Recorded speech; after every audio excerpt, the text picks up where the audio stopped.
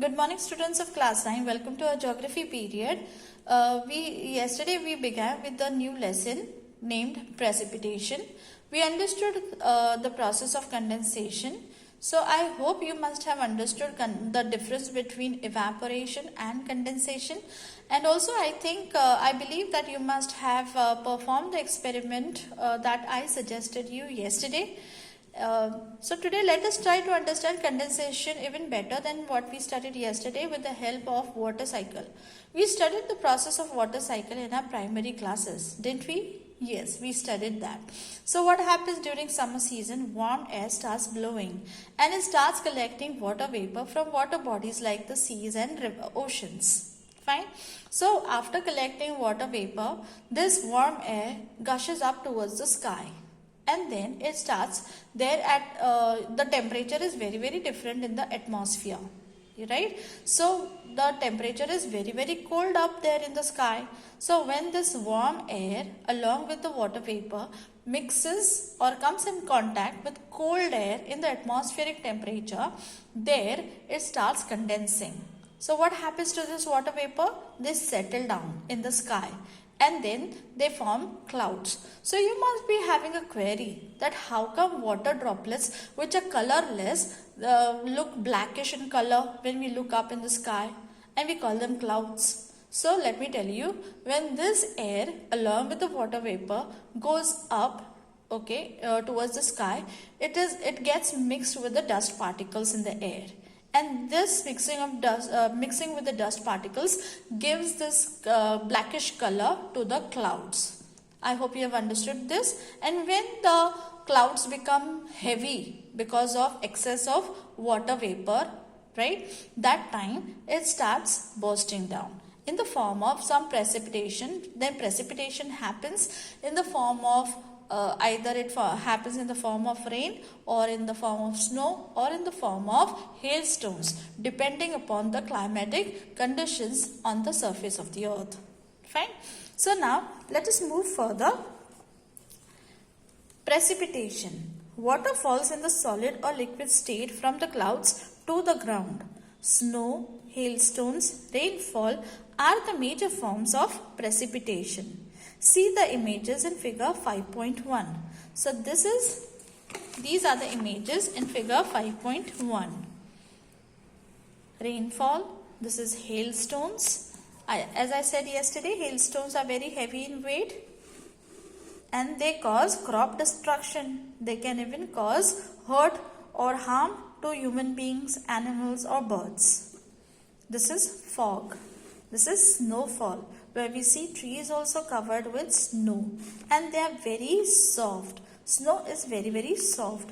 This is again a snowfall. So that means precipitation happens in three different ways, that is in rainfall, in snowfall and in hailstones. Now let us understand what is snow. When the temperature in the atmosphere falls below the freezing point, where in the atmosphere, fine, not close to the surface of the earth but very much high up in the sky. So when the temperature in the atmosphere falls below the freezing point. Freezing point means what should be the temperature? It should be below 0 degrees centigrade or Celsius, right? Water vapor which is there in the air, what happens to the water vapor there? It directly turns into snowflakes. Water vapor will change into snowflakes. This is called sublimation. Here the vapor which is in gaseous state, right, in the form of gas transforms into solid snow. So what is sublimation basically? It is the transformation of gaseous state into a solid state. So that means water vapor which is in gaseous state will change into solid state. In what form? In the form of snow. This is called as sublimation. Precipitation in the form of solid particles of snow is known as snowfall. In high latitudinal and temperate regions, snowfall occurs at the mean sea level, while in tropical areas, snowfall occurs at places located higher than the snowline altitude. So you must be surprised to see when they say that there is snowfall in tropical areas too. Then why doesn't it snowfall? Why don't we experience snowfall in our regions? So let me tell you, children, that the atmospheric temperature, as it is mentioned here, should be below freezing point. Only then the water vapor will change into snow. Fine. Then for that, children, the temperature on the surface of the earth should also be the same, not more. Okay, only then it will continue to fall down or precipitate towards the earth in the form of snow.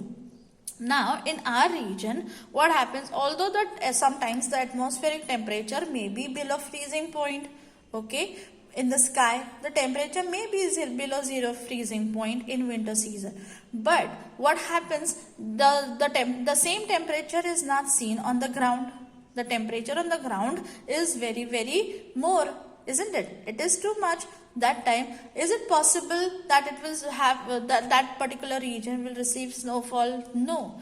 In case also, if it ever happens, okay, if the precipitation in such regions start in the form of, or have in the form of snowfall, the snow will start melting because of the temperature difference, isn't it, on the or close to the surface of the earth. Because of that, the snow will start melting and finally it will precipitate in the form of rain and not in the form of snow.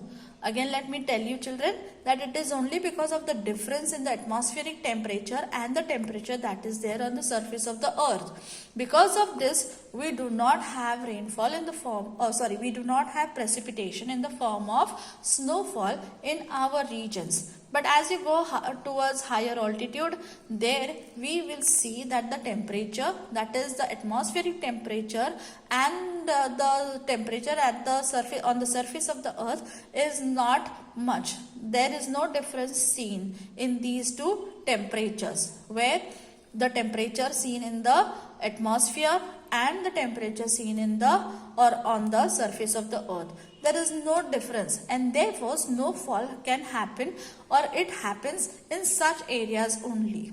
Okay. So in which areas does it happen? It happens in subtropical regions. So what are subtropical regions? Regions means in temperate regions, not subtropical but in temperate regions. So which regions are these where snowfall is more prominent? They are the temperate regions. That means the places that lie between the subtropical regions and the the subtropical latitudes and the polar latitudes. Let me repeat. Regions that lie between the subtropical latitude and the polar latitudes are called as regions being in temperate zone or in temperate regions. Fine. So only in such regions there can have precipitation in the form of snowfall can happen. Fine. As snow is in the solid form, it does not flow like water. Layers of snow get deposited. When the snow accumulates on a large scale, then the transport and communication system of that area collapses. People living in those regions have to protect themselves from frostbite. What is frostbite? It is that state of the body where the skin becomes very cold, it becomes numb, means where you don't feel any kind of sensation, then it becomes hard and then pale. Such skin is more prone to cracks, and then when there are cracks in the skin, it causes more pain. So this is what is called as frostbite. When the snow melts, the region gets water. So this is what it is meant by snowfall. I hope you've understood how snowfall happens. If you have any queries, please do inform to me through WhatsApp or through Google Classroom. Drop me a question and I should be able to help you better. See you in the next session. Till then, goodbye. Thank you.